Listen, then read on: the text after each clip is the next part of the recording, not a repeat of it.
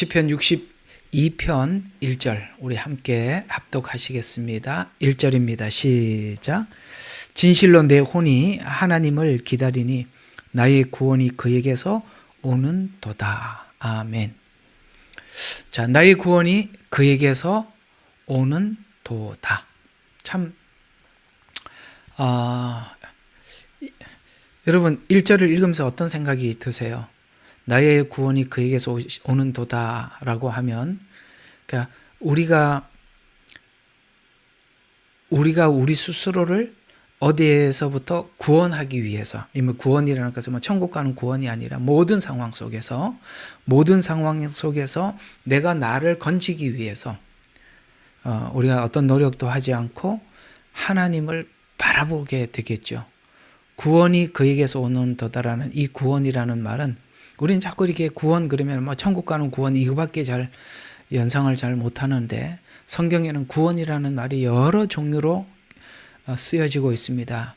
우리가 예수 믿고 천국 가는 구원도 구원이라고 표현을 하고 있고, 또 우리가 일상생활에서 살면서 사람들로 관계 속에서 우리가 해결해야 될 그런 문제를 하나님이 이제 해결해 주신다라는 표현을 쓸 때도 구원이라는 표현을 쓰기도 하고요.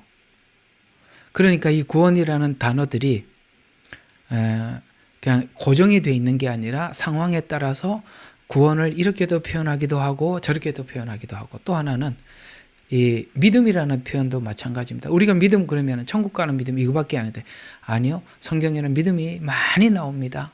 네가 너의 병을 고쳐줄 줄로 믿느냐라는 치유의 믿음도 있고요. 그렇죠? 내가 너를 구주로 믿느냐라는 우리 영혼의 구원자라는 믿음도 있고요.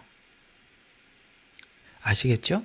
그 다음에 귀신 들린 자들에게 내가 그걸 쫓아낼 줄로 믿느냐, 귀신을, 그것도 믿음, 이렇게 표현을 하고 있거든요. 그러니까 믿음, 구원이라는 말이 단순히 우리가 다 예수 믿고 천국 가는 거 이런 표현이 아니라 상황에 따라서 구원이라는 단어가 이렇게도 쓰여지고 저렇게도 쓰여지고, 그래서 이런 걸 우리가 분별을 하려면은, 구분을 하려면은 원어를 봐야 되겠죠. 그러니까 원어가 없으니까 잘 모르기도 하고, 또 문맥을 놓치니까 이게 마음대로 쓰는데 원래 그렇게 쓰면 안 되는 겁니다.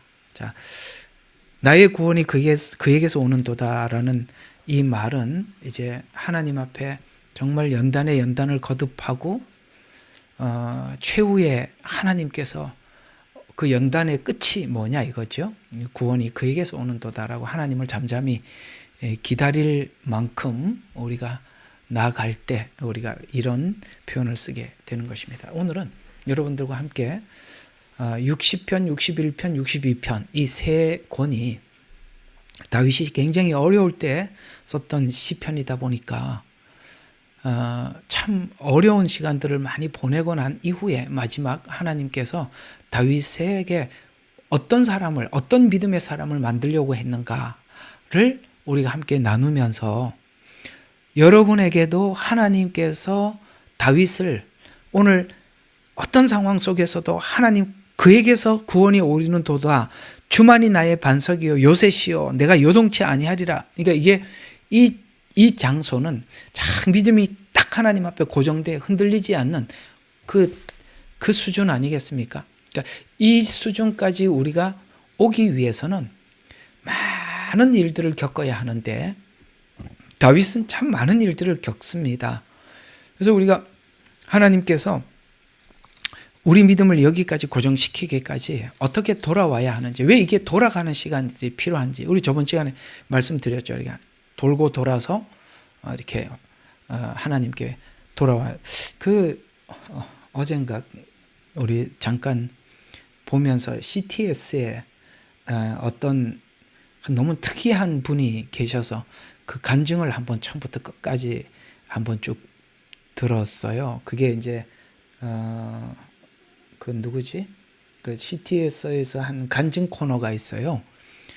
거기에 보니까 33년을 스님으로 사시다가 하나님께 돌아와서 교회도 건축하고 지금은 그 절에 스님이었는데 그 저를 이제 밀고 기도원을 지으려고 이런 놀라운 역사가 있더라고요. 내가 매일 기쁘게.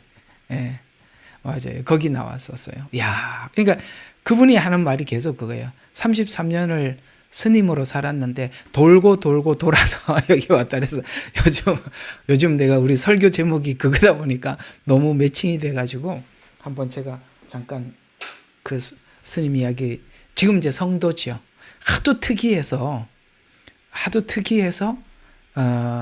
그 교회 이제 사모님인데 그 두 분 다 이제 목사님이시더라고요. 그래서 내가 매일 기쁘게에다가 이렇게 이 사연을 써서 그게 이제 채택이 돼서 간증을 했던 내용들을 전체 한번 본 적이 있는데 그분 이야기가 돌고 돌았다는 이야기를 참 몇 번을 하는데 그 돌고 돌아온 이야기가 여기 시편 60편, 61편, 62편하고 너무 접목이 돼서 아주 제가 은혜롭게 봤었습니다. 여러분 시간 나면 한번 보세요. 하나님이 저는 스님을 통해서도 이게 교회가 너무너무 이제 막 다 허물어져 가는데 그분이 오셔서 교회를 밀고 새롭게 이렇게 확장해갖고 교회를 새로 지었는데 기가 막히는 이게 뭐 하나님 아니고는 할 수가 없는 일 아니겠습니까? 우리도 마찬가지지만 하나님 아니고는 할 수가 없는 일들이지 않습니까? 이게 도는 시간이 참 중요합니다. 우리에게는. 왜 이게 돌아가는 시간이 필요하느냐면 성경은 하나님께서 특별하게 우리에게 제시하는 인물 두 사람이 있어요. 하나는 아브라함의 하나님, 또 하나는 다윗의 하나님이라는 이야기를 합니다. 왜 이게 아브라함과 다윗을 그렇게 굉장히 중요하게 여기냐면 그래서 마태복음 1장에도 보면 족보를 설명하기 앞서서 아브라함과 다윗과 예수 그리스도의 세계라 이렇게 해서 세 분을 연결을 시키지 않습니까? 그렇죠. 아브라함 하나, 다윗 하나, 그 다음에 예수 그리스도 이렇게 세 분을 연결을 시키십니다. 왜 그걸 세 분을 연결을 시키냐면 하나님 우리가 믿음이 어떻게 생기고 어떻게 자라가는 거예요? 라고 질문을 하면 하나님 계속 꺼내놓는 게 아브라함 봐라 라는 것이고 그 아브라함과 같은 믿음을 가진 자가 결국 하나님께서 그 믿음을 가지고 하나님 계속 따라왔던 다윗을 봐라. 그래서 내 마음에 합한 자가 아니냐 라고 우리에게 말씀하시면서 우리에게 뭘 이야기하고 싶은 거냐면 너도 아브라함 같은 믿음을 가지고 다윗과 같이 하나님 앞에 그 믿음으로 하나님 앞에 마음에 합한 자가 되라 라고 사실은 하나님께서 우리 모두에게 너희들의 신앙의 노선이 내가 너희들을 인도하는 것이 결국 이런 사람을 만들기 위한 것이다라고 하나님이 그 두 모델을 제시하는 거거든요. 그러면 사실은 아브라함이나 다윗이 하나님을 만나자마자 모델로 제시할 만큼 그런 사람이었냐? 전혀 아니었잖아요. 그러니까 하나님이 아브라함에게 믿음을 만들어 주셨잖아요. 그리고 다윗도 그 믿음을 가지고 하나님께서 이끄시는 대로 쭉 가는데 사실은 그 인생 속에 너무나도 많은 우여곡절과 아픔이 참 많았었습니다. 우리 신자들 생애 속에서도 이런 일들이 생기는 게 이상한 게 아니라 당연히 생길 수밖에 없는 것은 그렇게 해서 하나님이 뭘 만들어 가시더라는 것이죠. 그래서 이렇게 되는 겁니다. 성경은 한 인물 다윗은 어떤 과정을 거쳐서 하나님과 마음이 합한 자가 되었는지를 우리가 성경 전체 그림과 이게 성경 전체가 그림을 그리고 있는 이 그림과 내 인생의 그림을 일치시켜 봐야만이 지금 이렇게 들려지는 이 메시지들이 여러분 개개인에게 레마로 들리는 거예요. 그러니까 이런 삶을 살아보지 않은 사람들에게는 이 말이 들리지가 않으니까 그래서 하나님께서 우리에게 크든 작든 우리 믿음의 선조들이 걸어갔던 그 길을 함께 걷게 하셔서 하나님이 두 모델을 나는 다윗을 이렇게 만들었듯이 나도 너에게 이런 목적을 가지고 지금 이렇게 다윗이 겪었던 일과 같은 이런 일들을 우리가 계속 겪게 한다라고 이렇게 말씀을 해주고 있기 때문에 여러분 우리 믿음의 선조들이 걸어갔던 인생과 우리의 인생이 다르지 않아서 우리 모두 공감할 수밖에 없잖아요. 우리 지난주 이야기가 잠깐 빨리 지나가 보겠습니다. 이거는 창세기 1장 31절에 보면 하나님께서 지으신 것을 보시니 하나님 보시기에 심히 좋았더라라는 이런 말씀은 하나님께서는 이 변치 않는 하나님 사랑을, 그러니까 하나님은 인간 창조를 하고 심히 좋았더라는 이 기쁨을 마치 부모가 자식을 낳고 그 자식이 어떻게 하든지 상관없이 부모에게는 그 자녀는 눈에 넣어도 아프지 않는 사랑이잖아요. 그러니까 하나님이 우리를 창조하시고 하나님 마음도 우리가 부모님과 같이, 우리 부모님들과 같이 변함이 없었다. 왜냐하면 부모가 자녀를 조건 없이 사랑하듯이 사랑하시죠. 인간을 창조한 하나님의 인류를 향한 사랑은 창세 이후에 한 번도 변함이 없었지만 문제는 창조받은 인간의 문제죠. 하나님은 사랑이 변함이 없지만 우리가 그걸 인지를 못하면 짝사랑이 되고 홀로 사랑이 되잖아요. 아무리 사랑한다고 고백을 해도 우리에게 고백을 받아내지 못하는 사랑이라면 사랑은 미완성으로 끝나겠죠. 그러나 이 사랑이 완성된 사랑이 되려면 우리도 하나님이 우리를 사랑한 사랑을 우리가 알고 돌아와야 되죠. 그래서 우리가 그걸 알기까지 우리 인생은 돌아갈 수밖에 없다는 거예요. 돌아갈 수밖에 없다는 것이죠. 자, 그러면 일단은 하나님께서 우리를 사랑한 사랑의 고백이 고정된 변함없는 딱 못을 박아놓은 게 어디냐면 에레미야서 31장 3절이에요. 자, 한번 다 같이 한번 읽어봅시다. 시작. 내가 영원한 사랑으로 너를 사랑하였으므로 내가 자애로 다가섰노라. 자, 요거 기억하시기 바랍니다. 하나님이 우리를 향한 사랑 고백을 이렇게 활자로 딱 못을 박아 두었는데 내가 너를 영원한 사랑으로 사랑했다는 거예요. 이게 이제 원어로 보면 아비아트 올람. 올람이라는 말이 참 많이 나오거든요. 아비아트 올람. 그 다음에 너를 사랑하였으면 내가 자애, 우리가 흔히 말하는 자비, 헤세드라고 하죠. 이게 헤세드는 여러분들이 아마 들어본 경험이 많을 겁니다. 중요한 단어니까요. 그게 아비아트 올람이라는 말이 도대체 무슨 말이냐? 영원한 사랑이라는 이 도대체 무슨 말이냐? 이럴 때는 좀 원어로 푸는 게 훨씬 좋으니까 보면은 네가 순종했기 때문에 사랑한 것도 아니고 이런 말이에요. 네가 나를 순종했기 때문에 조건이 아니라는 얘기예요. 그냥 우리 자체를 사랑했다 이 뜻이에요. 또 우리가 하나님과 우리 언약을 했는데 언약을 실패 때문에 끝나지도 않는, 이해가 가요? 예. 부모와 자녀 관계는 상대방이 자녀들이 부모에게 어떻게 해야 되냐. 그 아이가 실패하거나 내가 너한테 이렇게 하면은 네가 이렇게 잘못하면은 너하고 나하고 이별이다. 이런 약속은 부모가 하지 않잖아요. 그러니까 네가 잘못하거나 실패한다고 해서 내 사랑이 그치지도 않는 이런 뜻이죠. 그러니까 자 보세요. 네가 순종을 하기 때문에 사랑하는 것도 아니고 네가 나하고 약속을 했는데 약속을 지키지 못한다고 해서 내가 돌아서는 것도 아닌 이런 뜻이에요. 내 성품 때문에. 그러니까 하나님께서 왜 결혼을 하라고 하시는 거냐면은 결혼을 해서 부부가 뜨겁게 사랑을 해서 예수님이 우리를 사랑하는 사랑을 느끼라고 하신 거거든요. 이게 부부가 그런 사랑을 느끼지 못하고 사는 거는 참 불행한 거고요. 둘째는 자식을 낳아서 자식이 순종합니까? 하라는 약속 지킵니까? 그럼에도 불구하고 부모의 사랑은 변함이 없잖아요. 그래서 결혼을 해야 이런 말들을 설명을 하지 않고도 이해가 되는 거거든요. 저는 사실 오늘 하루를 보내면서 너무너무 이상해가지고 내가 한번 제미나이하고 챗GPT인데 둘 다 물어봤어요. 뭘 물어봤냐면 20세부터 29세까지 그러니까 20세부터 39세까지 그러니까 거의 19년이죠. 20년 동안 그 사이에 우리 한국에 결혼한 커플 퍼센트를 이게 데이터를 좀 뽑아달라고 했어요. 그러니까 제미나이도 그랬고 챗GPT도 그랬는데 난 오늘 굉장히 그게 충격적이었어요.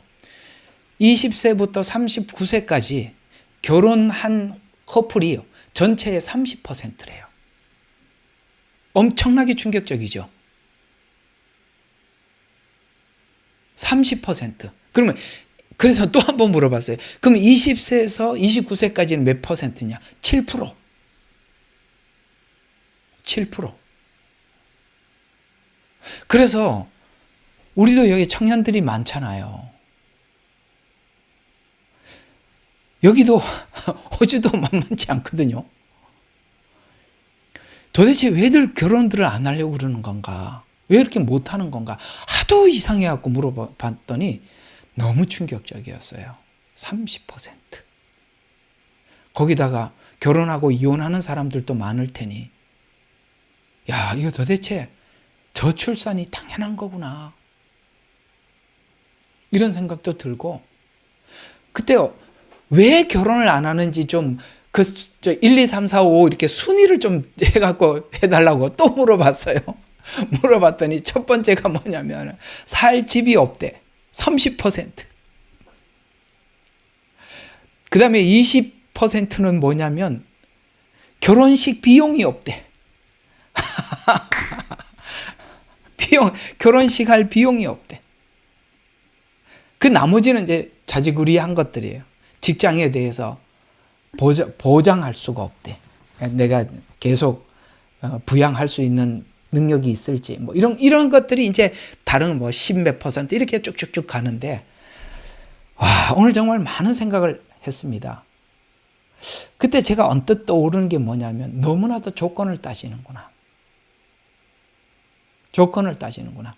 그 여기 우리 나이대 되신 분들은 대부분 20대 때 결혼들을 많이 하셨을 겁니다. 그때 서로 뭐 조건 따지고 살았습니까?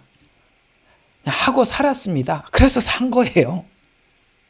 조건이 안 갖춰져도 하면 돼.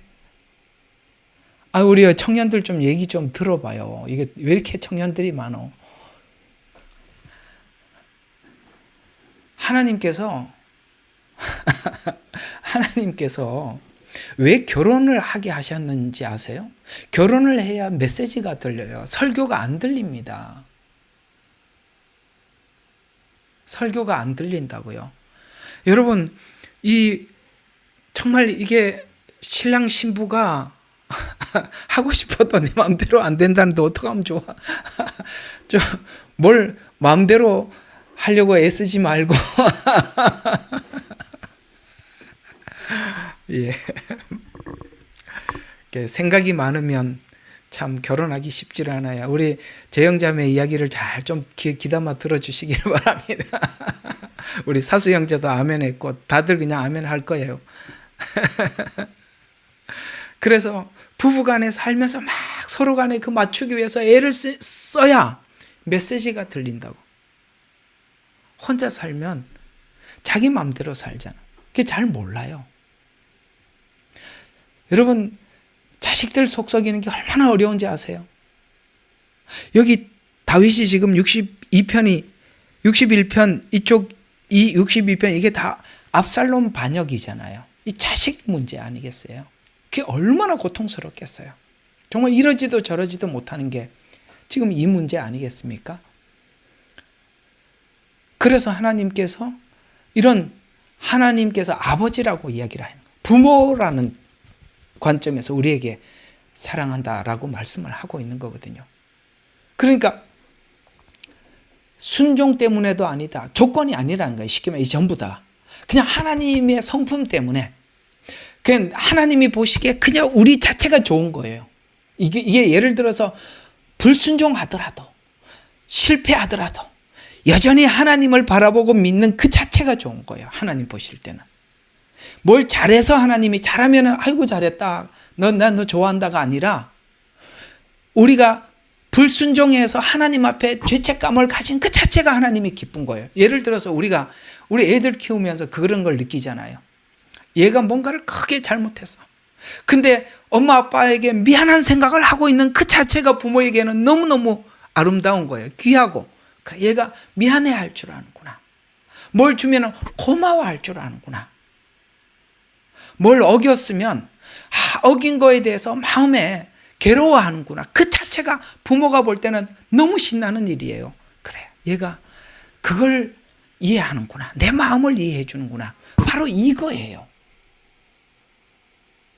그런 것처럼 하나님은 순종 때문에도 아니다, 실패 때문에 끝나지도 않는다라는 이야기입니다. 이걸 보고 여기 이제 자애, 이 말은 헤세드라는 말인데, 언약을 끝까지, 하나님은 우리에게 한 언약을 끝까지 지키는 사랑, 변치 않는 신실, 배신해도 우리가 돌아서도 포기하지 않는 은혜를 우리가 알기 때문에 이게 우리 믿음 전부잖아요.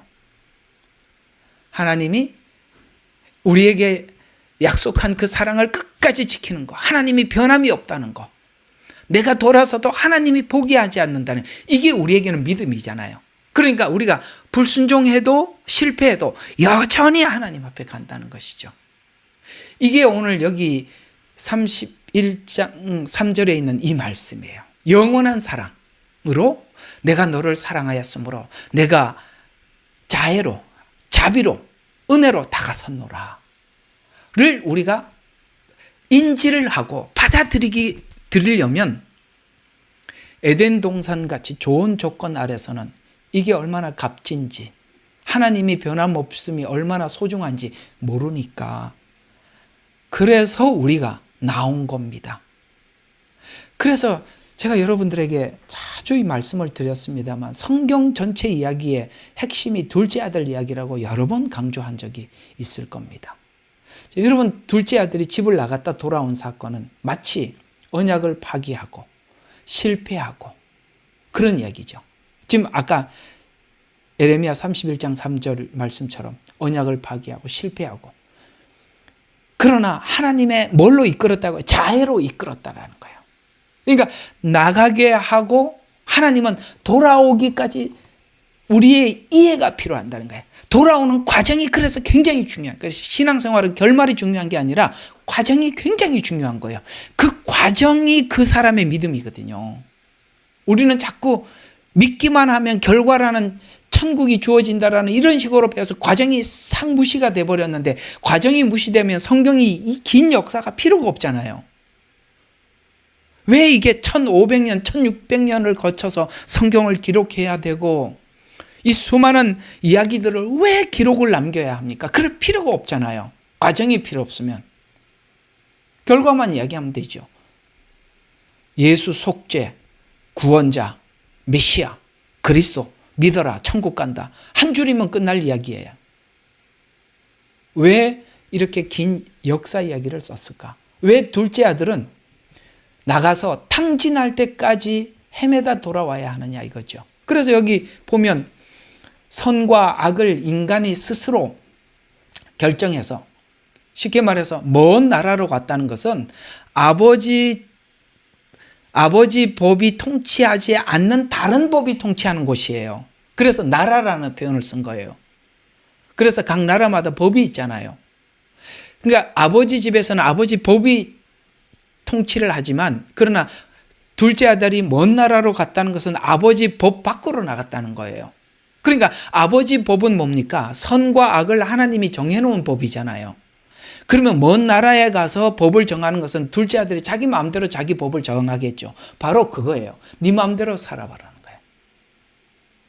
네 마음대로 네 인생을 설계하고, 아시겠어요?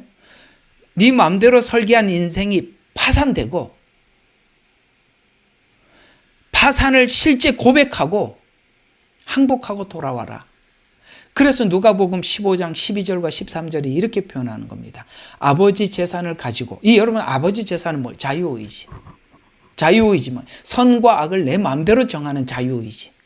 아버지 정하지, 하나님 법 그거 말고 내 마음대로 살겠다는 거예요.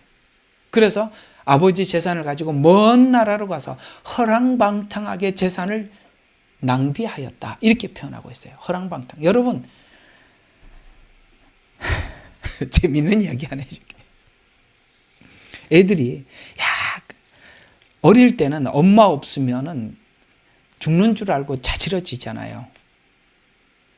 그때 우리도 이제 여기 우리 성진이하고 혜민이는 우리 아들 딸이거든요.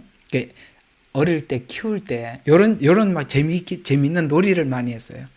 막 가다가 우리 사모님하고 저하고 이렇게 숨어서 멀리서 봐. 얘가 뭐 딴 거 보다가 엄마 아빠가 안 보이면 뭐 처음에는 막 이러다가 막 울고 막 뛰어가는 거예요.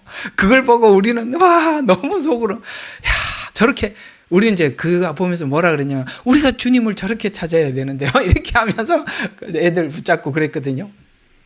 조금만 철이 들고 나면 엄마 아빠가 오늘 볼 일이 있어갖고 한 5시간 어디 갔다 온다면 너무 좋아 박수 쳐요. 왜? 지 맘대로 살고 싶거든. 너무 재미있잖아요. 우리가 어느 정도 자기가 선과 악을 자기가 정해놓고 살고 싶은, 에덴 동산에 있을 때는 몰랐지만, 그래서 왜 먼 나라로 갔는지 아시겠습니까? 자기 마음대로 살고 싶은 거예요. 그래서 선악과를 먹은 거예요. 선악을 내가 정하겠다는 거예요. 하나님 정하지 말라 이 말이에요. 그게 선악과를 먹은 사건이에요. 그러니까 그래서 선악과를 먹고 나니까 이상하게도 하나님이 선이라고 한 거는 우리가 전부 다 악하게 만들고, 그죠? 그 다음에 하나님이 악이라고 말하는 걸 우리는 전부 다 선이라고 이렇게 뒤집어 버리더라는 거예요. 그렇게 살 때 우리가 필연적으로 경험하는 게 뭐라고요? 낭비라는 거예요. 모든 것을 소진하는 거예요. 우리가 이 소진을 겪지 않으면 은혜를 몰라요. 그래서 하나님께서 여러분의 영혼의 파산을 신청하게 만드는 게, 파산을 고백하게 하는 거예요. 우리가 이 파산을 고백하지 않는 한 결코 하나님 앞에 온전해질 수가 없어요. 아직도 사슬 그렇게 살아있으면 여러분 그 신앙 고백들 다 가짜거든요. 그래서 허랑방탕하게 살고 낭비하게 만드는 겁니다. 이게 뭐냐면 창세기 3장 5절이 그 말이에요. 네가 하나님 같이 되어라는 말은 하나님이 선과 악을 정하는데 네가 정할 수 있다는 거예요. 이게 사단의 속임수예요. 하나님이 선하다 그러면 선한 거고 하나님이 아니라고 하면 그냥 아닌 거예요. 이유 붙이지 마. 사단은 이유를 붙여서 바꾸는 거예요. 그냥 성경이 그렇게 말하면 그냥 거기서 끝이야.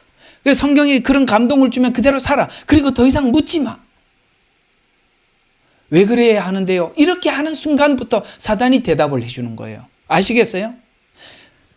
성경이 대답한 그 대답 이상 다른 질문을 자꾸 넘어가걸랑 그거는 하나님이 묻는 게 아니에요.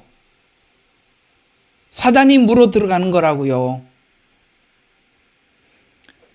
그거예요. 그러니까 네가 하나님 같이 돼. 너도 정할 수 있다. 너도 판단할 수 있다. 너도 자유의지가 있잖아. 네 마음대로 설정할 수 있지 않냐. 하나님이 꼭 정한 대로 살아야 되냐. 이 말이잖아요. 이건 뭘 이야기하는, 이런 이야기죠. 인간이 독립해서 인생의 주인, 네가 주권자가 되었을 때 경험한 탕지는 선과 악을 결정하고 내가 행복을 내가 정해놓고 이렇게 하면 행복할 거다. 여러분, 인생 전도서가 그래서 있는 거예요. 전도서가 뭐예요? 행복의 기준을 정해서 지식이 충만하면 행복할 거다. 혹은 물질이 풍부하면 행복할 거다. 내가 최고의 권력을 잡으면 행복할 거다.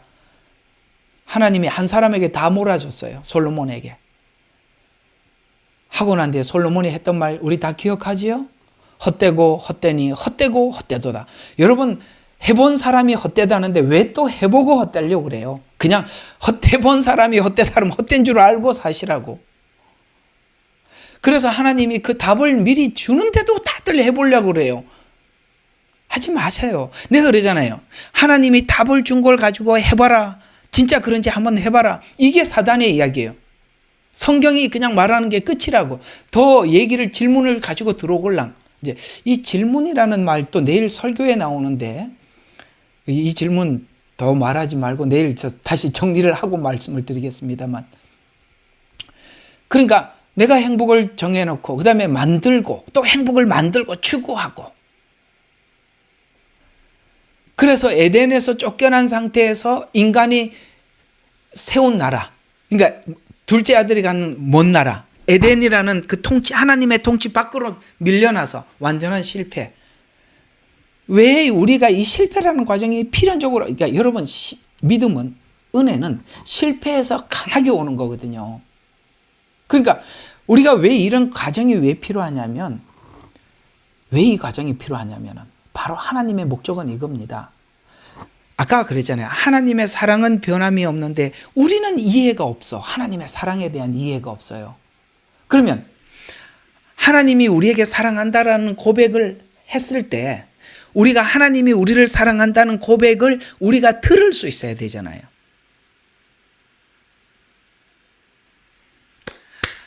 그래서 내가 연애 결혼을 하라는 거야. 연애 결혼을. 에? 연애 결혼을 하라는 거야. 왜냐하면 상대방이 나를 너무 사랑해. 그러면 사랑 우리 아들이 하면 자, 내가 상대방이 나를 사랑해. 그럼 나도 상대방을 사랑한다는 고백을 했을 때 이 사랑이라는 것은 서로 간에 격이 진 상태에서 사랑 고백은 이게 다 그러니까 가식이에요. 사랑은 항상 말씀드리지만 동등한 입장에서 해야 돼요. 오케이? 하나님이 우리를 사랑해요. 아까 영원한 사랑, 무궁한 사랑으로 사랑한다 그랬어요. 그러면 우리도 그 사랑 고백을 듣고 나도 주님을 사랑합니다. 로마서 8장에 사랑 안에서 끊을 수 없는 이라고 말한 것처럼 우리도 우리 자유의지 안에서 사랑 고백이 나와야 되잖아요. 그 자유의지 안에서 사랑 고백이 나오려면 그 사랑, 하나님이 우리를 사랑한다는 말을 내가 들을 수 있어야 되잖아요. 그 이해가 필요한 거예요. 그래서 이 에덴 동산에서 안에서 누리는 누림으로는 결코 하나님의 사랑 고백이 들리질 않아요. 그 사랑 고백이 얼마나 값지고 얼마나 가치 있는지를 알기 위해서는 하나님께서 우리로 하여금 아버지 밖에서 살아가는 삶이 얼마나 비참하고 탕진하는 삶인지 그걸 체험하고 돌아올 때 둘째 아들이 뭐라고 했어요? 내 아버지 집에는 종들도 풍성한데 나는 여기서 줄여 죽는구나를 인지해야 된단 말이에요. 그래서 에덴 동산에서 추방당한 겁니다. 이게 성경의 큰 그림이라고요.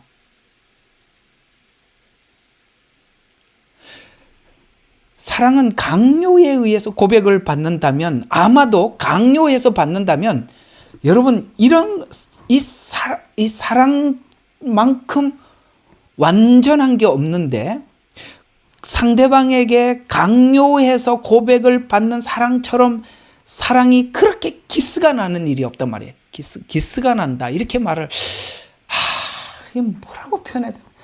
엄청난 이게 사랑의 데미지 아니겠어요? 예를 들어서 내가 어떤 A라는 총각이 B라는 여자를 좋아해. 그 B라는 여자는 A라는 여자에 대해서 혐오하고 좋아하지도 않아. 어느 날 이 A라는 남자 청년이 B라는 여자 청년을 데려와서 막 그냥 강제로 막 억압해가면서 막 그냥 어떻게 표현할지 잘 모르겠습니다. 그리고 막 사랑한다고 고백하라면서 죽지 못해서 사랑해 이렇게 하면 그게 무슨 사랑 고백이냐 이 말이에요. 율법 안에서는 결코 하나님 앞에 사랑 고백이 깊은 심중에서 나올 수가 없는 거예요. 왜냐하면 내가 그걸 충분히 하나님이 세상을 이처럼 사랑하사를 내 가슴 속에 담고 사랑을 함께 고백을 할 때 그 사랑은 하나가 되는 거예요. 그걸 하려면 아까 말해서 하나님의 사랑은 변함이 없는데 우리가 인지해야 된단 말이에요. 그래서 하나님께서 이 시간을 보내게 하는데 사랑은 동등한 이해 속에서 자발적인 고백이 되어야 하기 때문에 인간은 하나님께서 은혜 안에서 사랑한 이해가 필요하기 때문에, 그래서 하나님은 우리 인간의 자유의지를 굉장히 중요하게 여겨요. 우리 인간이 가지고 있는 이 자유의지 때문에 하나님을 사랑합니다라는 이 고백이 하나님에게도 진심이고, 하나님이 우리를 향한 사랑도 진심이 되는데, 여러분 이 자유의지에 대해서 중요한 말씀이 하나 있잖아요. 여기 세 군데로 한번 정리를 해봤어요. 첫 번째, 신명기 30장 19절에 이 자유의지에 대해 이렇게 표현하고 있습니다. 내가 생명과 사망과 복과 저주를, 여러분 바보입니까? 여러분들이 누가 사망을 선택하고 누가 저주를 선택하겠어요? 근데요, 인간은요, 사망과 저주를 선택을 해서, 이상하게도 사망을 선택해서 생명의 소중함을 알고 저주를 선택해서 복을 안대요. 왜 그러면 하나님이 이걸 내 앞에 두었겠어요? 하나님이, 우리는 이런 생각을 하잖아요. 하나님이 사망도 빼고 저주도 빼고 생명과 복만 주시지. 그러면 왜 이걸 하나님이 그걸 우리 앞에다 두십니까? 하나님이 안 주면 되는데. 이게 무슨 말인지 아세요? 선악과는 왜 거기다 뒀냐 이거야. 우리가 먹을 줄 뻔히 알면서 하나님 정말 나빠가 아니라 우리 자유의지를 존중해 주는 거예요. 그 자유의지가 존중이 되어야 사랑 고백도 진심이 되잖아요. 그래서 하나님이, 야, 네가 마음대로 선택해라. 사망을 선택하든지 복을. 근데 이상하게 우리는 전부 다 선택을 뭘로 했어요? 사망을 선택하고 저주를 선택했어요. 근데 그걸 내 앞에 두었은즉 너와 내 자손이 살기 위해서는 생명을 택하라라고 하나님은 뭘 택하라는 말만 해주셨지 선택은 네가 마음대로 하라는 거예요. 그게 선악과예요. 이건 이 말씀이 왜 있느냐면은 하나님은 인간의 자유의지 선택을 강요하지 않았어요. 네 앞에다 두었을 뿐이에요. 그리고 하나님이 우리를 사랑한 사랑을 우리에게 보이시고, 아시겠어요? 네가 생명을 택하라고 말한 이것이 얼마나 너를 위한 것인지 네가 확인하고, 네 스스로 내가 너를 위해서 했던 이 수많은 말들이 얼마나 너를 위한 것인지 네가 인지하고 순종하라는 거예요. 그래서 강제로 끌고 가지 않는 거예요. 그래서 우리가 그 사랑을 우리에게 보이시고, 요한 1서 4장 19절에 이렇게 해요. 우리가 그분을, 주님을 사랑함은 그가 먼저 우리를 사랑하였음이라가 우리 속에 들어오는 거예요. 아시겠어요? 우리가 주님을 사랑하는 것은 그가 먼저 우리를 사랑하였으며, 그 우리를 사랑한 사랑의 증거가 예수 아니겠어요? 예수 그리스도. 그래서 이것은 무엇을 의미하느냐면 인간의 사랑 고백은 강요가 아닌 하나님의 사랑의 반응일 뿐. 이게요, 우리 신앙의 기본이에요. 하나님의 사랑에 반응하는 거예요. 그러니까 여러분들이 모든 예배 행위, 모든 여러분의 삶에 하나님을 향한 모든 것들이 하나님의 사랑의 반응이 돼야지, 뭔가를 얻기 위해서 하는 것처럼 하나님의 마음을 비참하게 만드는 게 없어요. 우리가 애들을 키워보면 뭐를 얻기 위해서 아부 떠는 것처럼 꼴보기 싫은 게 어디 있겠어요. 저놈이 평상시에는 전혀 아니다가 어느 날 갑자기 달라지는. 왜? 야, 근데 나는 이렇게 연세 드신 분들 여기 꽤 많으신데, 연세 드신 분들이 이런 아픈 마음에 고백을 해요. 이놈들이 말이야, 내가 재산이 있을 때는 그렇게 찾아오더니 재산 분배하고 난 뒤에는 완전 딴 사람 되더라는 거야. 그래서 땅을 치고 후회하면서 내가 왜 미리 이렇게 유산을 물려줬는지 모르겠다고 그렇게 후회하시는 분들이 너무 많아요. 여러분, 그렇게 부모에게 사랑을 고백을 하고 순종하고 이런 것처럼 여러분 보기 싫은 게 어디 있겠어요?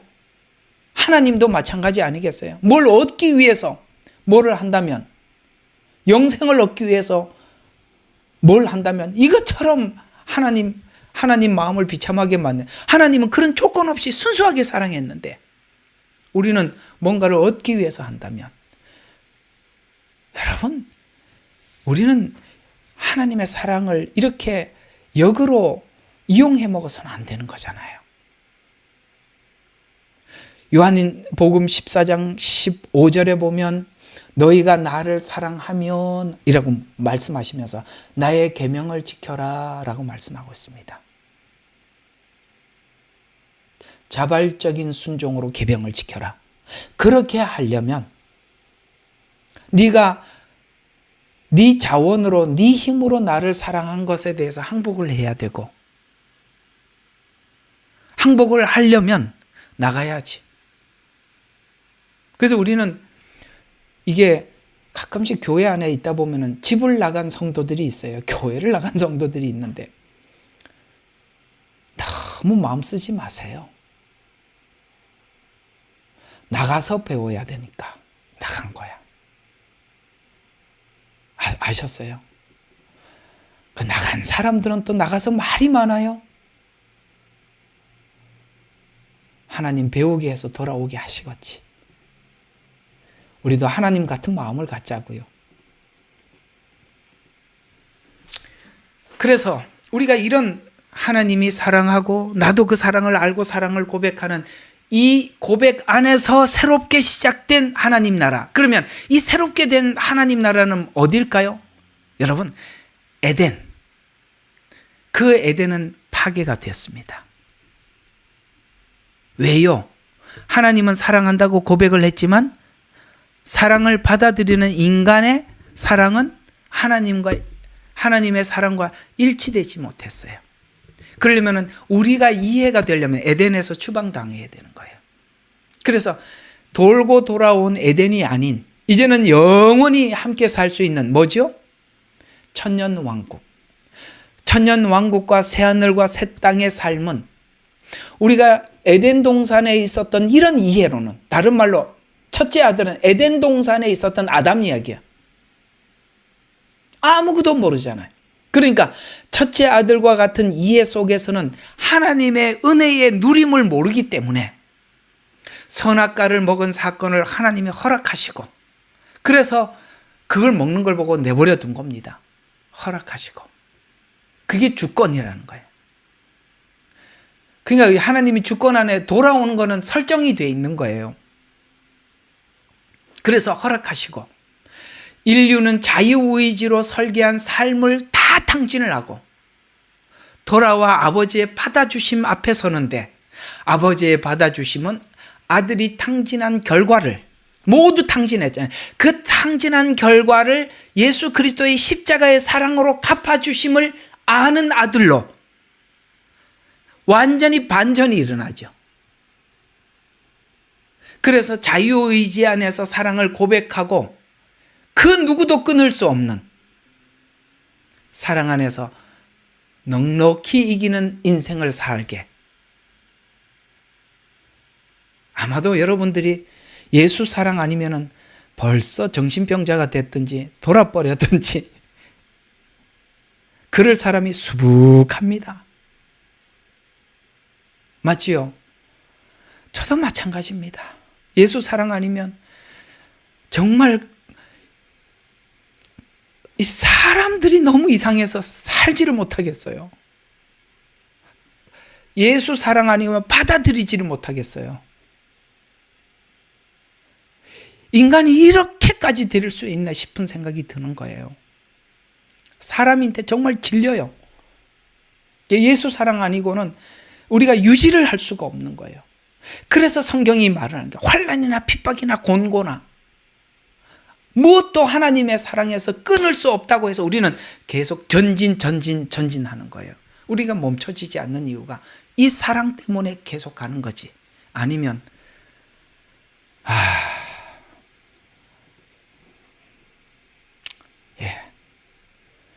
더 말하고 싶지도 않은 이야기입니다.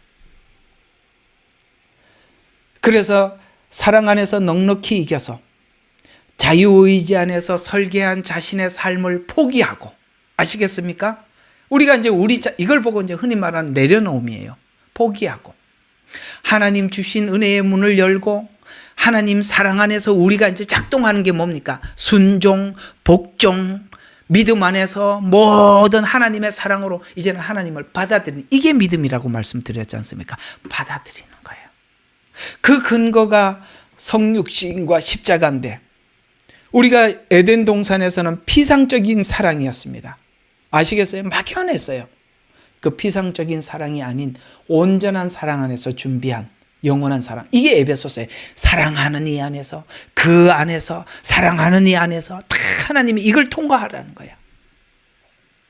그래서 영혼을 준비한 사랑, 그걸 하나님이 성육신 하셔서 우리에게 살과 피를 나누어주기 위해서 이 땅에 오셨고, 십자가에서 속죄를 통해서 우리에게 살과 피를 나누어 주시고, 먼저 우리를 사랑한 것이, 우리가 먼저 사랑한 것이 아니라 하나님이 먼저 우리를 사랑한 사랑을 보여줘서 그 사랑 앞에 서서 인간의 거부, 배신, 돌아섬은 하나님께 돌아가는 이 과정이 중요한 것인데, 인간이 거부하고 배신하고 돌아섬을 통해서 하나님께서 그냥 조건 없이 이유 없이 찾아와서 성육신 하시고 십자가 지신 그 사랑 앞에, 인간이 하나님을 향한 사랑 고백은 지난날 모든 것이 거부하고 하나님을 부정하고 이런 것들이, 그 모든 말들이 뭐예요? 다 은혜가 되어서. 이게 무슨 말인지 이해가 가요? 옛날에 하나님 살아계시면 좀 나타나 봐, 어디 뭐 이렇게 했던 하나님 있잖아요. 막 손가락질하고 삿대질했던 이 모든 것들이 다 은혜의 재료가 되더라는 거야. 저주하고 부인하고 돌아서서 베드로가 되더라는 거예요. 그래서 지난날의 모든 그런 실패들이 은혜의 문을 여는 도구가 되는데, 이렇게 바뀌더라는 거예요. 후회가 회개가 되고, 회개는 감사가 되고, 감사는 사랑이 되고, 사랑은 순종이 되고, 이렇게 올라가더라는 거예요. 놀랍죠? 이상하죠? 모든 출발이 후회에서 시작하더라는 거예요. 실패에서 시작하더라는 거예요. 그래서 이제는 우리가 이 순종이라는 것이, 원래 로마서가 그렇게 기록했잖아요. 믿어 순종케 하기 위해서 로마서를 썼다라고 말했습니다. 그래서 우리가 순종이 의무가 아닌 하나님을 향한 사랑의 표현이 되는 것, 이것이 복음이라고 성경은 말해주고 있어요. 여러분, 복음은 순종이 의무가 아닌 사랑의 표현이래요. 그러니 하나님 앞에 사랑을 표현하는데 누구한테 자랑할 것도 없고 얘기할 것도 없는 거예요. 왜? 내가 하나님 앞에 사랑을 표현한 게 전부인데 그게 무슨 자랑이겠어요? 주님이 그 십자가에서 다 이루었다라고 선포한 것이, 다 이루은 것은 단지 죄사함만 한 것이 아니라 우리의 마음을 돌이켜 놓은 거예요. 우리 마음, 이게 가장 중요한 거라고. 하나님이 욥에게 나타나셔서 물었어요. 야, 욥아, 뭐가 그렇게 불만스러웠냐? 이 말은 없지만 제가 덧붙인 겁니다. 뭐가 그렇게 말이 많냐? 내가 한 가지 숙제를 줄 텐데 네가 이걸 한다면 내가 너를 인정하마. 뭔데요? 네가 사람 마음을 돌이킬 수 있냐? 여러분, 이 세상에 가장 힘든 게 뭔지 아세요? 사람 마음을 돌이키는 거예요. 돈 버는 거는 아무것도 아니에요. 돈은요, 벌 수 있어요. 근데요, 사람 마음 바꾸는 거는요, 누구도 못하는 일입니다. 그건 하나님만 하는 일이에요. 그래서 하나님이 욥에게 물은 거예요. 뭐 그렇게 불만이냐? 사람 네가 마음을 바꿀 수 있냐? 가만히 보니까 욥이 자기가 마음이 바뀌었거든. 아니요, 전 못해요. 하나님만이 하신 거예요. 하나님이 지금 뭘 하려고 하는지 아시겠습니까? 우리 마음을 바꾸어서, 우리 마음을 바꾸려면 하나님이 얼마나 우리를 사랑하는지 우리가 알아야 되니까, 그걸 알려주기 위해서 우리 인생에 그토록 예수 그리스도께서, 하나님께서 짜놓은 그 주권 안에서 빙글빙글 도는 거예요. 끝까지 도는 거예요. 힘들어 죽겠는데 하나님이 아무 소리 안 하시는 거예요. 더 많이 고민해라. 더 많이 생각해라. 아직도 모른다. 네가 내가 하는 말을 못 알아듣는다. 그래서 다 이룬 것은 단순히 죄사함뿐만 아니라 사랑의 구원 계획, 떠난 자가 다시 돌아와서 자유의지로 하나님을 사랑하는 자녀로 세우는 구속 역사가 인간의 마음을 돌려놓은 거. 결국 결과는 하나님이 원하는 곳에서 곧까지 도달하겠지만 이 과정이 중요한 것은 하나님께서 목적한 것을 이루는 과정에 인간의 반응과 순복, 그러니까 인간이 그 사랑의 고백에 반응하는 것과 그 다음에 그 하나님이 나를 위해 한다는 것에 대해서 순복하는 시간이라는 게 필요한 거예요.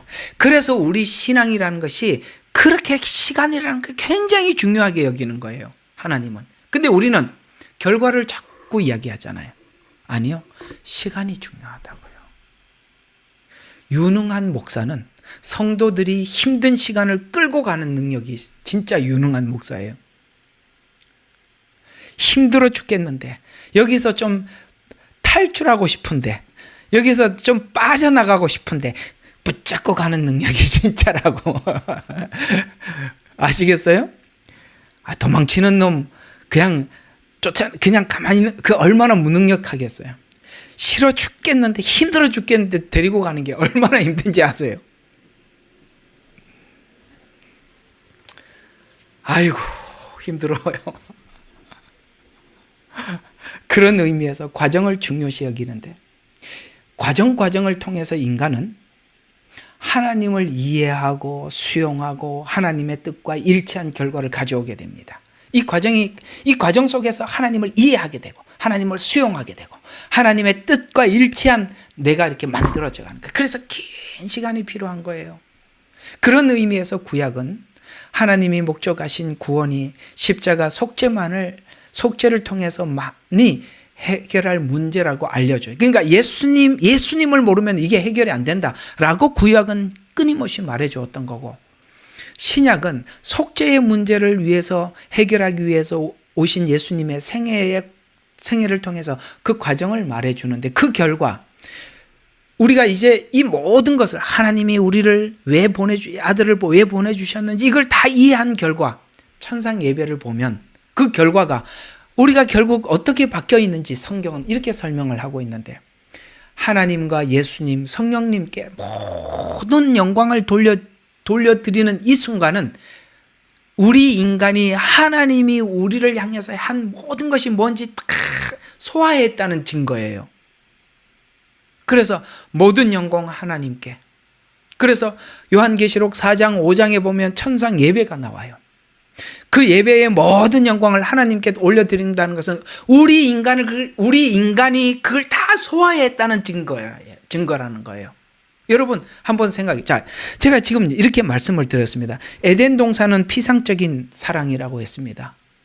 그리고 천년 왕국과 새하늘과 새 땅은 진짜 사랑 고백하는 거라고 했습니다.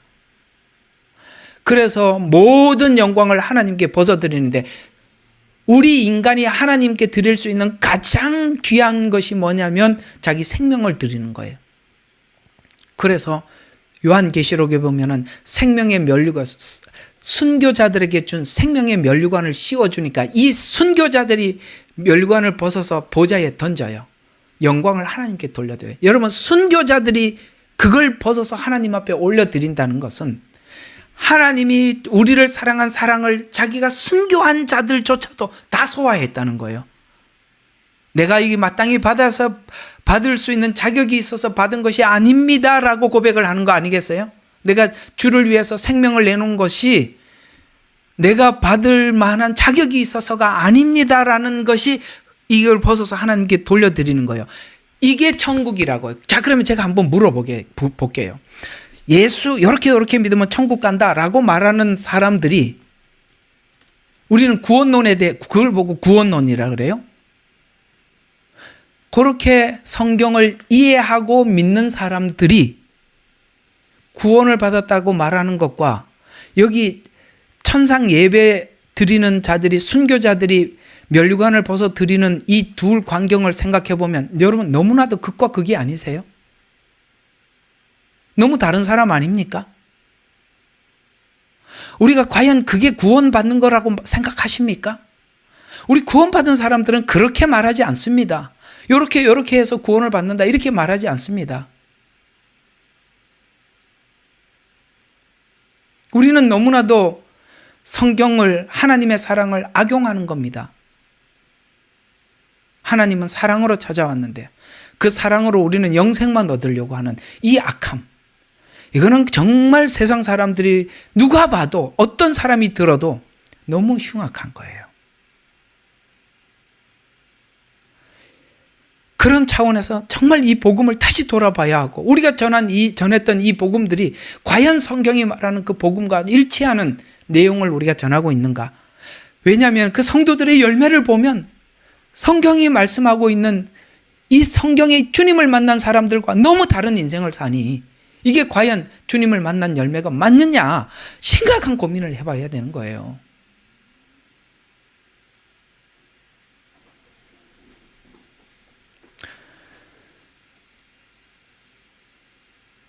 어차피 목회할 기간도 많지 않은데 큰 소리치고 외치면서 살아야 될 것 같습니다. 누가 이런 말을 하겠어요? 저는 굉장히 아이러니했던 게 뭐냐면, 너무 예수 믿는 자들의 모습과 예수를 만난 사람들의, 성경에 기록된 사람들의 삶이 너무 다른 거예요.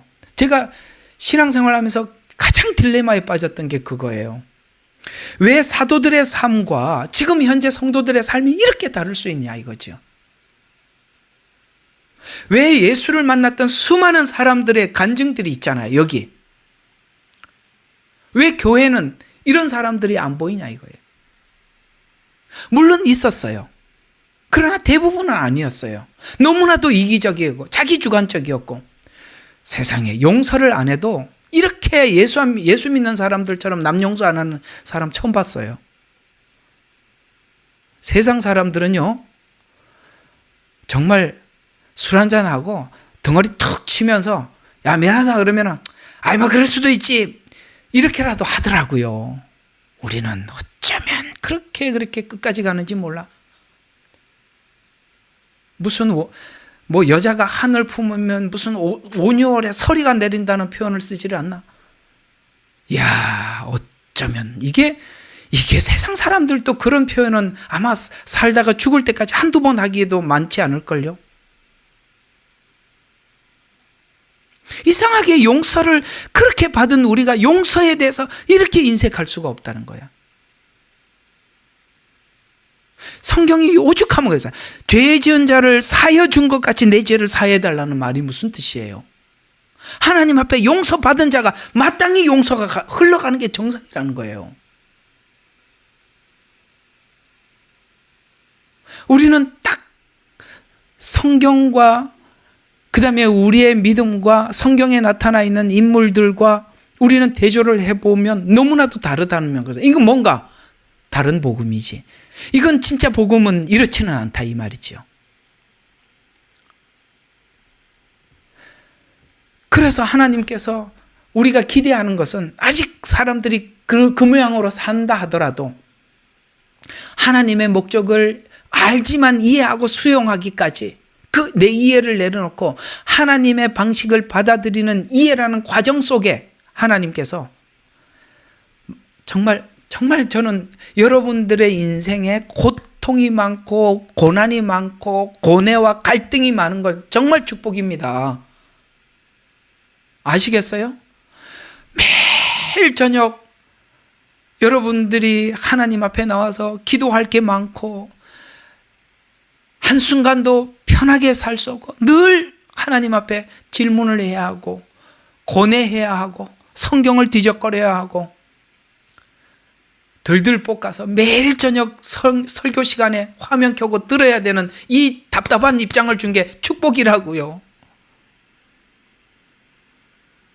그래서 하나님께서 신자가 겪게 될 이 과정 속에서 고뇌와 갈등 그리고 수용을 예수님은 어떻게 진행한지, 그 예수님이 모범 답안이니까 진행해 가셨는지 모델을 삼아서 신자들도 결국 하나님이 뭘로 만들어내느냐?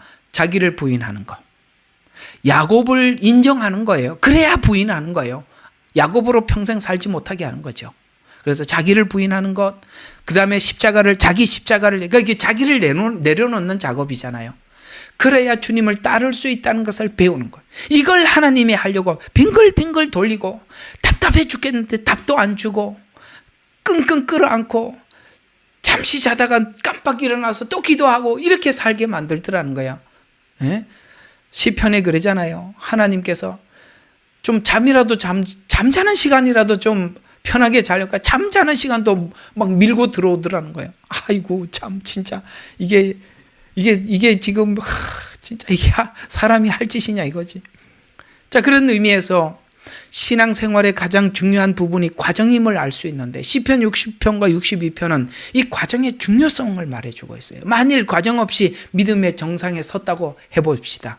그러면 우리는요, 이 과정 없이 믿음의 정상에 서면 반드시 나타나는 증상이 있는데 지나친 의인이 됩니다.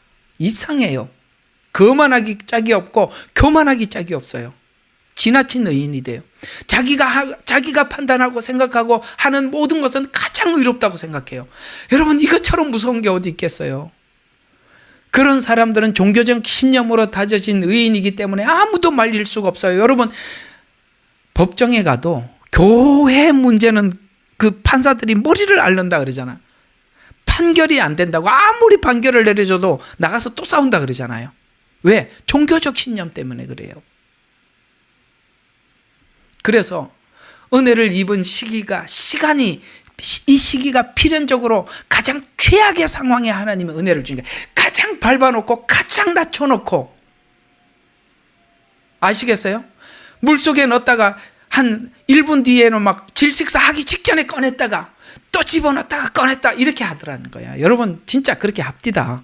저는 해봤어요. 하나님 하대요. 그렇게. 예? 야, 어쩌면 인간 완전 인간이길 포기하게 만들려 막 정말 반 잡는 게 아니라 죽이더라고요. 그렇게 낮춰놓고 거기서 은혜를 주시더라고요. 그래야 자기를 부인할 수 있으니까요.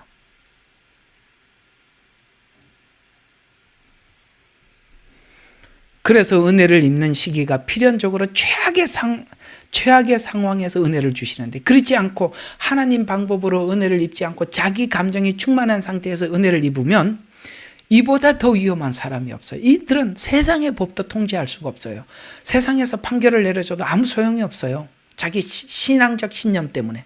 그래서 하나님은 우리 신앙 고백이 하나님의 성품과 맞도록 하는 과정 속에서 각 성도의 성향에 따라서 사람마다 맞춤형으로 가는 거예요. 참 그게 기가 막히는 거예요. 맞춤형으로 가는 거예요. 그래서 여러분 나처럼 이런 과정을 밟아야만이 당신이 믿음에, 그게 착각이라고 해요. 사람마다 다 달라요.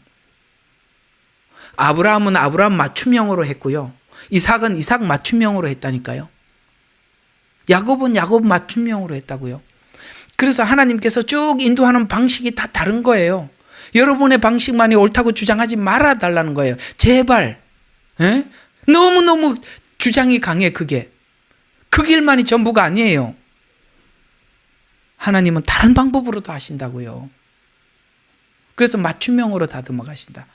이를 성막의 씨띠나무, 이거 시간이 많이 지나니까 지나가도록 하고요.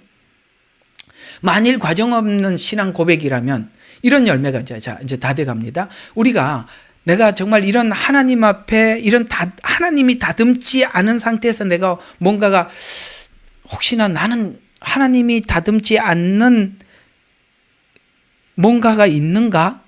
내가 하나님이 다듬지 않았는데 내가 성경대로 표현하자면 너희가 섰다고 생각하는 자 넘어질까 조심하라고 했는데 내가 지금 내 스스로 서 있는 건 아닌가라는 몇 가지 진단할 수 있는 것이 있어요. 그거 한번 제가 말씀을 드려볼게요. 만약에 이런 과정 없이 그냥 내 신앙의 정상에 서 있는 듯하지, 이렇게 그러니까 내가 내 마음대로 만들어 놓은 사람이라면 환경이 바뀔 때마다 신앙의 태도가 달라지는 거예요. 이건 하나님이 만든 게 아니거든요. 여러분들이 환경에 따라서 막 달라지는 거. 그러면 그 환경이 달라질 때마다 여러분의 신앙의 태도가 달라진다면 이건 하나님이 다듬은 게 아니에요. 여러분 스스로가 만들어 놓은 거예요. 이건 아니거든요. 왜냐하면 자기 부인을 못 하잖아요. 그래서 형통하면 믿음이 좋은 것 같지만 어려움이 오면 무너지고 환경에 따라서 신앙이 좌우되는 겁니다. 또 하나님이 만들지 않고 자기가 하는 것, 자기가 만든 신앙은 하나님보다 문제 해결을 위할 때만 신앙을 동원해요. 힘들면 나가. 평상시에는 또 잘 풀리면 쭉 가다가 또 힘들면 나와. 공감하시죠?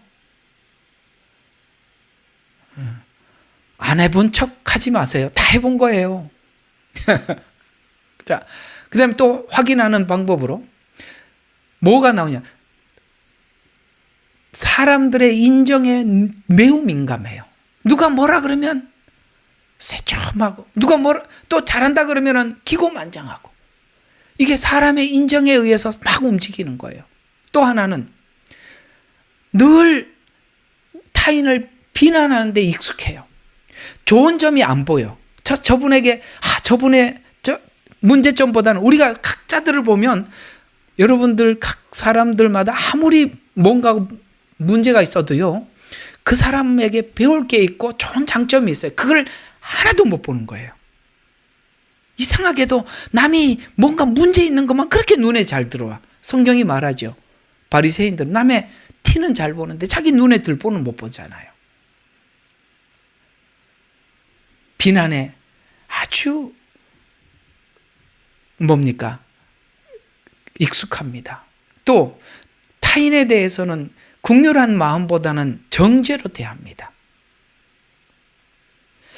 참 이렇게 여러분들 참 이 말하는 걸 가만히 듣다가 보면 참 걱정되는 분들이 꽤 많으세요. 저는 목회자다 보니까 여러분들은 그냥 사람들이 무슨 스토리를 이야기하고 말을 하면 그 이야기만 듣고 계시겠지만 저는 그 이야기하는 마음의 색깔을 보려고 참 많이 애를 쓰고 그게 또 많이 보여요. 왜냐하면 무슨 말을 하더라도 그 말 속에 이 사람의 마음의 색깔이, 근성이, 그 재료가 뭔지 그 언어 속에 나오는 거거든요. 이 언어를 들어보면 그가 익었는지 설 익었는지 알 수 있어요. 좋은 말을 하다가도 뭔가 끝에 가보면 한마디씩 꼬는 사람이 있죠. 여러분 그게 본성입니다. 아시겠어요? 아무리 앞에 좋은 말 많이 해도요, 끝에 가면 꼭 한마디씩 귀에 거슬리는 말을 남겨. 주여. 정말 주여가 저절로 나옵니다. 왜 뒤에 그 한마디를 붙여서 고맙기는 해. 내가 알았으니까. 고마운데 그게 고쳐지는 날 여러분들의 본성이 바뀔 겁니다.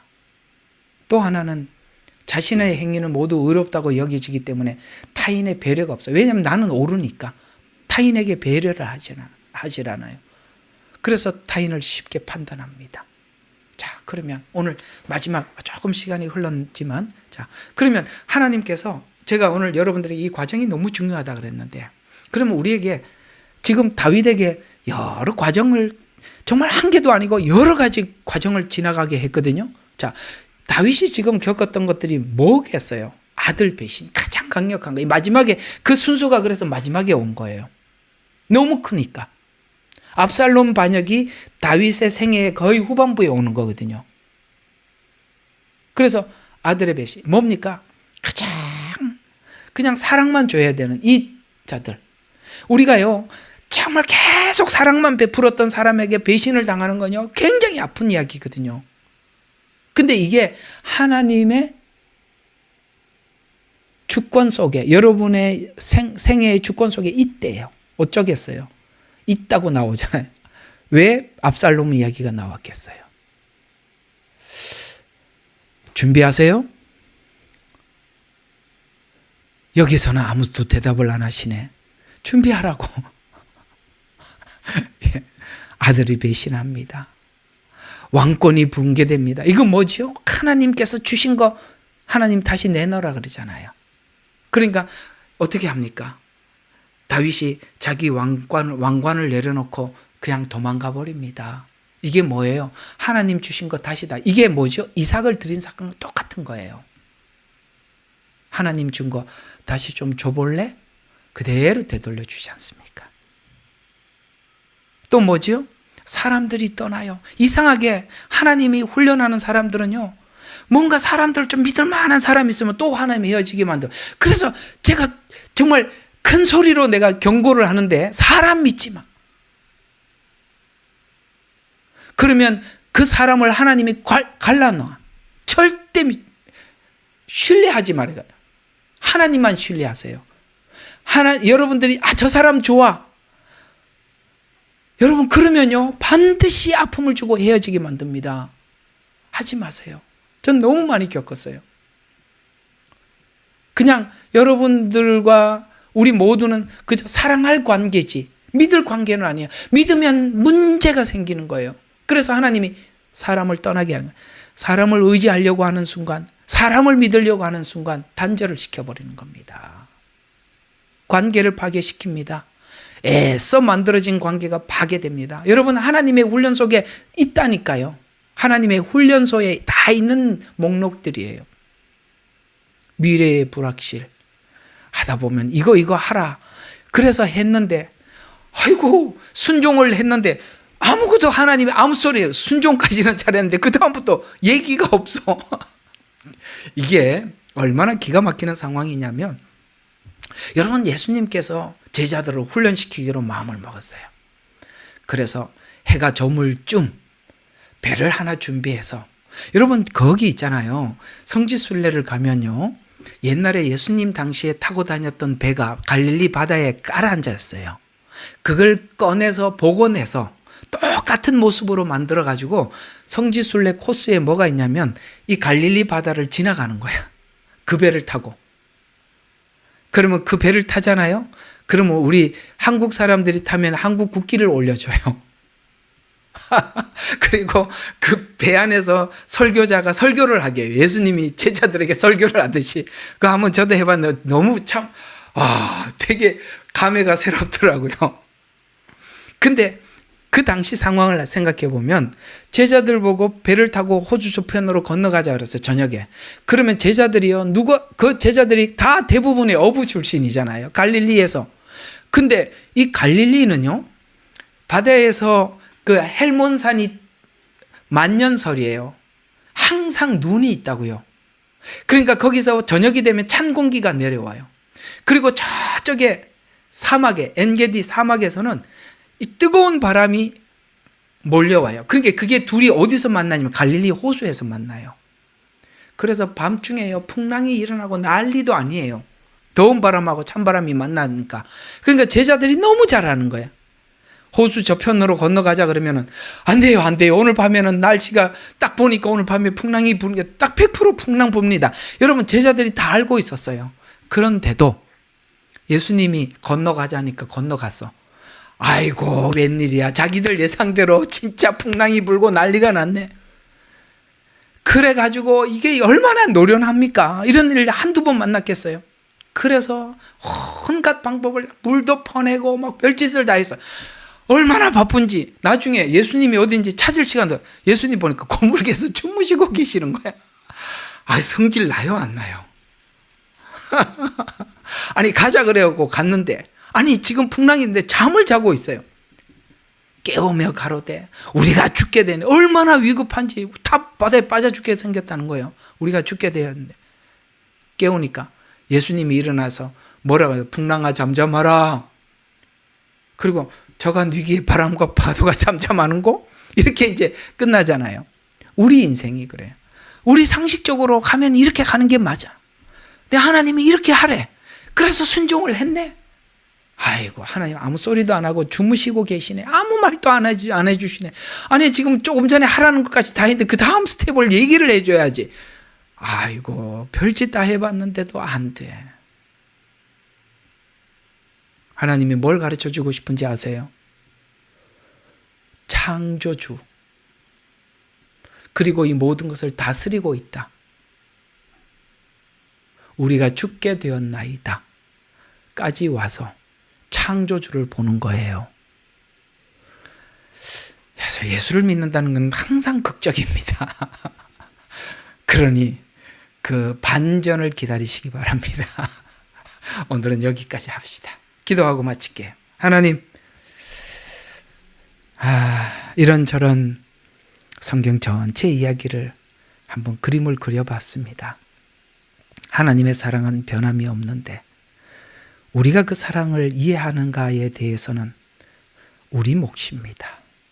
그걸 우리가 담아내기 위해서는 우리 인생에 아버지 하나님 완벽한 실패와 아버지 하나님 항복이 필요하고, 하나님께서 우리를 사랑한 사랑 앞에 아버지 하나님 우리가 동일한 고백을 하기 위해서는 우리 이해가 필요하기에 주님은 선악과를 먹는 아담을 그대로 두시고 하나님 에덴 동산에서 추방해서 우리 모든 자산을 잃고 하나님 앞에 다시 와서 우리가 망가뜨린 모든 것을 십자가에서 회복시킨 것을 우리가 알고 믿는 믿음 안에서 우리가 다시 한번 하나님 앞에 그 사랑 고백을 우리 속 깊은 진심으로 하나님 앞에 고백하기 위한 하나님의 큰 그림을 모르면 성경도 보이지 않고 우리 인생도 보이지 않습니다. 하나님, 이 하나님의 큰 섭리를 보고 하나님을 만나고 구하는 우리 귀한 성도들이 다 되도록 오늘 또 말씀의 귀를 열어주시옵소서. 감사드리옵고 예수님 이름으로 기도드렸습니다. 아멘. 예레미야의 눈물은 시대에 맞는 말씀 선포와 변질되지 않은 순수 복음을 외치고 있습니다. 함께 연결되어 하나님께 예배드리며 이 마지막 때에 하나님께 쓰임받길 원하시는 분은 카카오 채널로 연락 주시면 연락드리도록 하겠습니다. 고정 댓글에 채널 경고와 착제에 대비한 예비 채널과 제2채널 링크를 올렸습니다. 이 채널 또한 구독 부탁드리겠습니다. 감사합니다. 우리는 역사상 가장 중요한 시점을 지나고 있습니다. 하나님께서는 하나님의 일을 하시기 전에 사람을 준비시키셨음을 우리가 알고 있습니다. 하나님 말씀은 마지막 때에 대추수, 대부흥의 때가 있다고 분명히 예언하고 있습니다. 아멘. 하나님의 말씀이 그대로 성취될 것을 믿습니다. 예레미야 눈물은 잠자는 교회와 영혼을 깨우기 위해 노력하고 있습니다.